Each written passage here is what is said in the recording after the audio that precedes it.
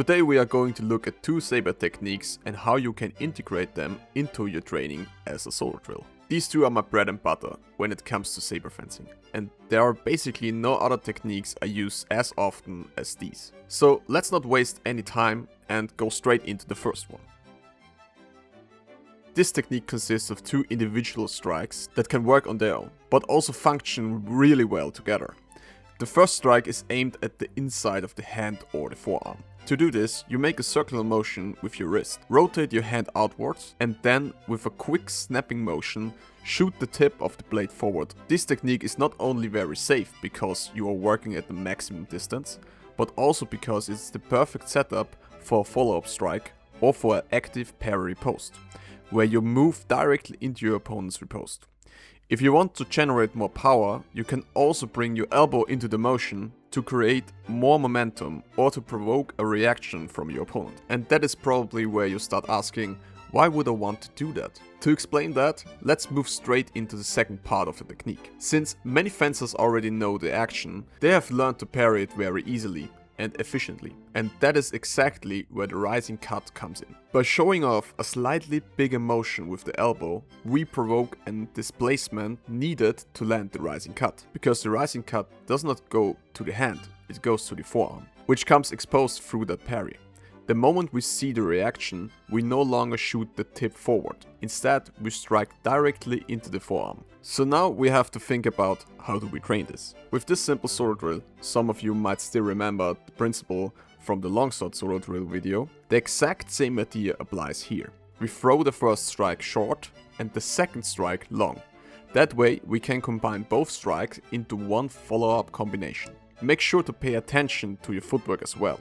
It works well if you either take one step and then the lunge forward to get the maximum amount of reach, or if you practice quick backward fencing steps.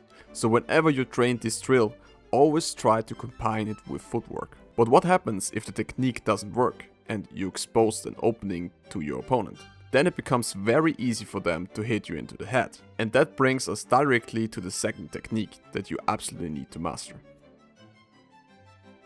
The high parry is extremely useful for defending against your opponent's ripostes. On the one hand, it works almost like a shield, covering an entire side and preventing you from getting hand sniped or letting the strike go straight through to the head. On the other hand, you can use the momentum from the parry itself to launch and fast riposte. You can perform this high parry on both sides, and depending on which side you choose, different options open up for you. Personally, I prefer the high parry where I push the blade over to the left side, simply because I have more control and more power there, but the other version can work just as well. That is completely up to you and your own preferences. So how do I train it properly? The best way to train this parry is as a standalone technique. Simulate an incoming attack, then lift into the high parry. From there, throw a riposte. Make sure that with the riposte, you work through as many different angles as possible. You can also build a tempo break or even a feint into the drills. And again, footwork is something you cannot ignore here. You need to stay aware of the situation in which this technique is being applied. After the parry, I want to be in a position where I can launch an attack directly as a riposte. For that, I need to be in range so I can attack a lower opening. That means it can absolutely make sense to jump into the parry in order to put yourself into a better position for the riposte. But if your opponent is too close, then it also makes sense to take a bit of distance away in order to maintain the ideal fencing distance. If you can master these two drills, you will already have mastered 80% of Saber fencing.